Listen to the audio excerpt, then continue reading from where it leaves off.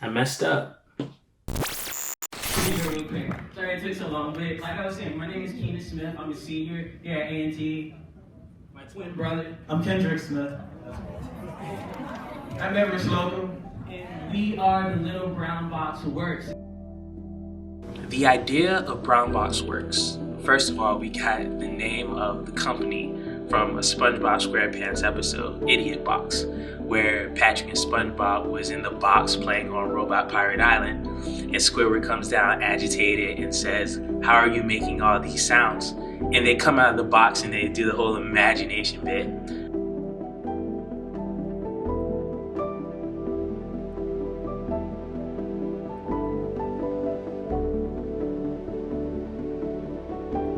Well, what exactly does the brown box mean?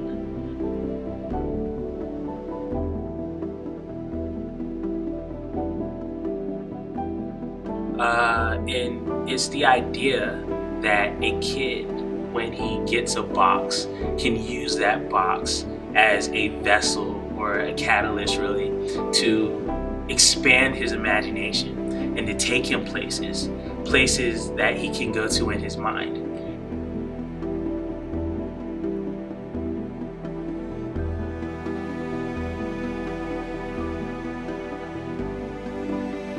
And it's pretty much an analogy for what we're doing with technology. Us as co-founders of this company really just use our imaginations to push or see what we can do to change or innovate technology. So we created Aggiesland. Aggiesland allows the students to know about all the different activities that's going on around campus. It lets them know about all the different parties. So we're basically just innovating the way that college students get connected in social activities around college. So that's what the name BrownBoxWorks represent, is the fact that the world is kind of our brown box and technology is our brown box, and we're using our imaginations to make it change, to make an impact, to do something different.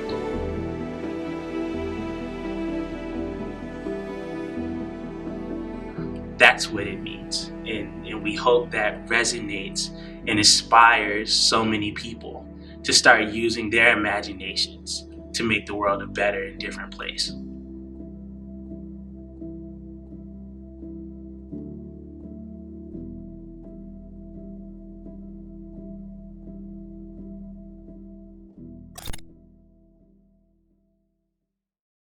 I made a mistake while I was the CEO of BrownBoxWorks, and I'm going to talk about what happened and why I decided to leave, the mistake that I made later. But first, I do want to acknowledge that BrownBoxWorks was the greatest experience and one of the most rewarding experiences of my life. Me, Master Everett, and my brother, we started this company my sophomore year of college. And the idea behind BrownBoxWorks was to leverage our imaginations to build new Marvel technologies that users have not used before. So we built the first mobile app for our university, North Carolina A&T, called Aggiesland. And from there, we built our first social media app called Today Was a Good Day, or TWAGD for short. And from there, we built probably our most successful application, which was called Shorty, which was catered specifically to writers who wrote short form content and those people that wanted to read short stories on the go. I mean, after that, it's just been amazing opportunities. You know, me and Everett, we expanded BrownBoxWorks to be Brown Box Studios, and then we took on a nonprofit organization contract where we built their website, built their mobile app, and then ran their social media for a few months, which was mind-blowing. The fact that we were capable of doing that at scale with our skill sets. And then the last project that I worked on, the last big project I worked on for BrownBoxWorks as the CEO and project manager, we built a mobile app for this research organization And the mobile app we built them actually won an award from the National Institute of Health, and they won $50,000 for it. And it's just, I say all that because all those experiences I would have never believed was something I was capable of doing going into college. It was mind blowing. It definitely raised my belief level on what I was capable of doing in the future. So BrownBoxWorks was the most rewarding experience of my life, but it was also my biggest failure. It was also my biggest learning opportunity. And Shorty was the catalyst of my epiphany. It was working with Shorty that I realized behind the scenes that something needed to change. Shorty never made it past the first phase of its roadmap. Why? Simply put, we just ran out of money. Even though we were developing mobile apps, we never actually programmed the mobile app. So we would have to get outside talent or hire a developer to do the development, and we would do the project managing. First, it was easy because we had our friends. When we first got started with Aggies Land, we had Nebo, we had Marquise, we had Perrin. But then as we scaled on bigger projects, we had to hire talent.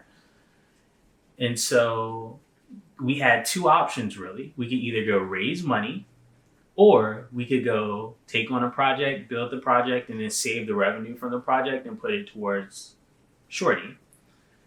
And after a while of doing that, I just realized we're at a huge vulnerability, because in order for our project to succeed, we would have to help other people build theirs. And it was much easier, interestingly enough, to get clients to build projects for than to actually raise capital and get someone to invest in the company. The moment with Shorty that I knew I made a mistake was when we raised our last round of funding. And that investor, he has gone on to be like a mentor and a big brother to me.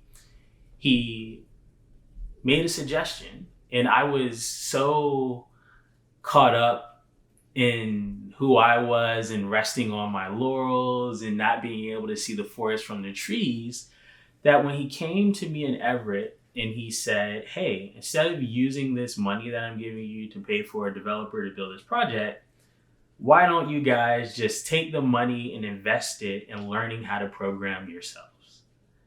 Foolishly, I dismissed the recommendation. Big mistake! Caught up in just wanting things to be fast. We didn't have time for us to learn how to program. Shorty needed to be built, and it needed to be built now so that we can change lives and just have it out there. And it took me about a year in hindsight to realize exactly what I'd done after all the money dried out. And we, of course, were making progress with Shorty, but I was tired of building apps for other people. And I knew that we weren't going to raise as much money as we needed to complete the full roadmap of Shorty, because people wanted to see us with revenue. And the unique thing about Shorty is the way we were structuring it, the revenue was going to come on the back end. Because we needed to build a product, we needed to grab the user from some of the other big competitors that we had. So we were in a place where it was difficult to move forward. And I realized that I had made a huge mistake. You know, after the last project that I did with BrownBoxWorks, I really just decided that I needed to do something different. In that hindsight, I realized that I was resting on my laurels, like I said earlier, and I wasn't uncomfortable anymore. I had gone through all these experiences, and I had become comfortable with doing things as they've always been done. And one of the core foundations that I built for myself in college was that in order to get something I've never had, I had to do something that I've never done. And I then realized at that time that it was a good idea for me to step away. It was a good idea for me to step away from BrownBoxWorks. It was a good idea for me to step away from Shorty and reinvent myself and invest in myself and go to the next level with me. Like, as you can see, the whole theme here is me. I needed to do better for me. So after the last project I worked on, where I was a project manager, I sent an email to all my mentors or the partners that we had with the business, and I let them know that I was stepping down as the CEO of BrownBoxWorks and passing the responsibility of the company over to Everett. So Everett is acting CEO of the company. Actually, just recently, I shut down the database, the server for Shorty, and it's no longer up and running in the App Store. So what happened? Like, what did I do? I stepped away from that company.